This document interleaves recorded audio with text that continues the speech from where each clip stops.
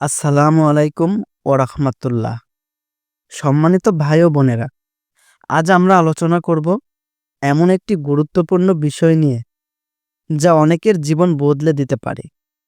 আপনি কি কখনো এমন পরিস্থিতিতে পড়েছেন যখন বিয়ের আগে মনে হয়েছে কিছু একটা ঠিক নেই, হয়তো বারবার অন্তরে এক ধরনের অশান্তি হচ্ছে, কিন্তু আপনি কারণ খুঁজে পাচ্ছেন না? বিশ্বাস করুন, অনেক সময় এটি কেবল অনুভূতি নয়, বরং আল্লাহর পক্ষ থেকে সতর্কতার সংকেত। রাসূলুল্লাহ সাল্লাল্লাহু আলাইহি সাল্লাম বলেছেন, আল্লাহ তোমাদের জন্য যেমন সঙ্গী নির্ধারণ করেছেন তেমনই তা তোমাদের কাছে পৌঁছে যাবে, কিন্তু হারাম পথ অবলম্বন করো না। আজ আমরা শিখব বিয়ের আগে এমন 7টি সংকেত যা বুঝিয়ে দেয় আল্লাহ আপনাকে সতর্ক করছেন। প্রতিটি সংকেতের পিছনে কোরআন ও সহিহ হাদিসের প্রমাণ থাকবে, যাতে আপনি নিশ্চিত হতে পারেন কিভাবে সঠিক সিদ্ধান্ত নিতে হয়। সংকেত নাম্বার 1, ইবাদতে গাফেল হওয়া। যদি আপনি দেখেন যাকে বিয়ে করতে যাচ্ছেন সে নামাজে অবহেলা করে, কোরআন থেকে দূরে থাকে, তাহলে এটি প্রথম ও সবচেয়ে বড় সতর্ক সংকেত। কোরআনে আল্লাহ বলেন, নিশ্চয় নামাজ মানুষকে অশ্লীলতা ও মন্দ কাজ থেকে বিরত রাখে। যে ব্যক্তি আল্লাহর ফরজ আদায় করে না, সে কিভাবে সংসারে আপনাকে ইসলামী পথে চালাবে? বাস্তবে দেখা গেছে বিয়ের পর এই অভ্যাস বদলানো খুবই কঠিন হয়, তাই আগে থেকেই সতর্ক হন। সংকেত নাম্বার 2, নৈতিক দুর্বলতা ও মিথ্যা বলা।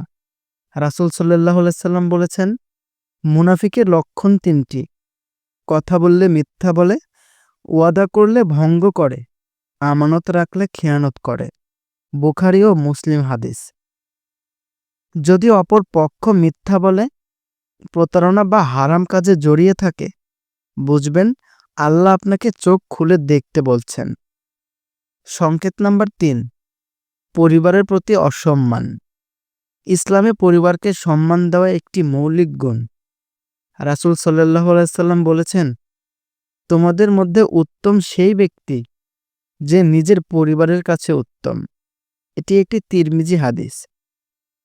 যদি দেখেন সে বাবা মা বা ভাই বোনের সাথে খারাপ ব্যবহার করে, চিৎকার করে, অসম্মান করে, তাহলে আপনার সাথেও ভবিষ্যতে তা ঘটতে পারে। সংকেত নাম্বার 4, তাকওয়া না থাকা। তাকওয়া মানে আল্লাহ ভীতি ও গুনাহ থেকে বিরত থাকা।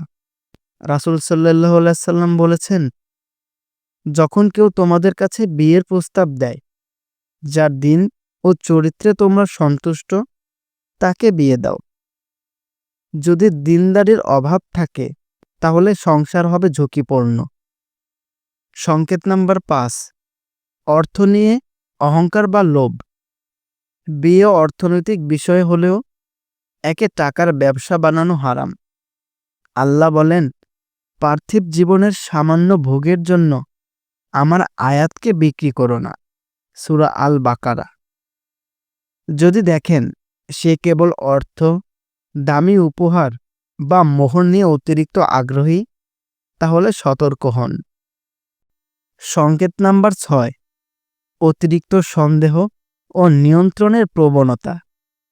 যদি সম্পর্ক শুরুতেই সন্দেহ, নজরদারি, ফোন চেকিং ইত্যাদি হয়, এটি ভবিষ্যতে মানসিক নির্যাতনের রূপ নিতে পারে। রাসূল সাল্লাল্লাহু আলাইহি সাল্লাম বলেছেন, অকারণে সন্দেহ করো না, কারণ সন্দেহ হলো সবচেয়ে বড় মিথ্যা। বুখারী ও মুসলিম। সংকেত নাম্বার 7, ইস্তিখারা ও দোয়ার পরও অন্তরে অশান্তি। রাসূল সাল্লাল্লাহু আলাইহি সাল্লাম আমাদের ইস্তিখারা শেখাতেন, যেন আমরা সিদ্ধান্তে শান্তি পাই। যদি ইস্তিখারা করার পরও মনে অশান্তি, দ্বিধা ও ভয় থেকে যায়, এটি হতে পারে আল্লাহর ইশারা যে এই পথে যেও না। প্রিয় ভাই ও বোনেরা, বিয়ে জীবনের অন্যতম গুরুত্বপূর্ণ সিদ্ধান্ত। আমরা হয়তো মানুষের বাহ্যিক রূপ দেখে মুগ্ধ হই, কিন্তু আল্লাহ জানেন আমাদের জন্য আসল কল্যাণ কোথায়। তাই সংকেতগুলো গুরুত্ব দিয়ে বিবেচনা করুন। আল্লাহর উপর ভরসা রাখুন এবং সবসময় দোয়া করুন, হে আল্লাহ, আমার জন্য কল্যাণকর হলে তা সহজ করে দিন, আর ক্ষতিকর হলে আমাকে তা থেকে দূরে রাখুন এবং উত্তম কিছু দান করুন। ভিডিওটি ভালো লাগলে একটি লাইক ও চ্যানেলটি সাবস্ক্রাইব করে পাশে থাকবেন। আসসালামু আলাইকুম ওয়া রাহমাতুল্লাহি ওয়া বারাকাতুহু।